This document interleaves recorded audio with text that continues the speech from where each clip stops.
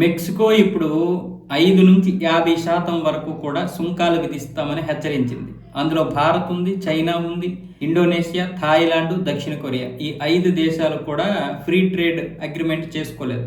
ఇలా చేసుకోలేనటువంటి ఈ 5 దేశాల మీద పన్నులు విధిస్తాం, సుంకాలు విధిస్తామని మెక్సికో ప్రభుత్వం అయితే ప్రకటించింది.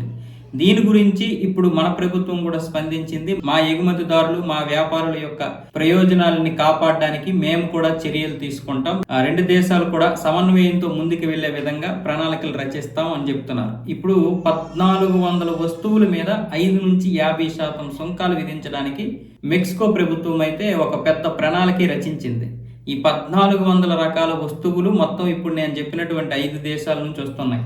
మన దేశం నుంచి ఎక్కువగా ఆటో విడిభాగాలు, కార్లు, అలాగే యంత్రాలు, బ్యాటరీస్ ఇలాంటివి అయితే ఎగుమతి అవుతాయి మెక్సికోకి.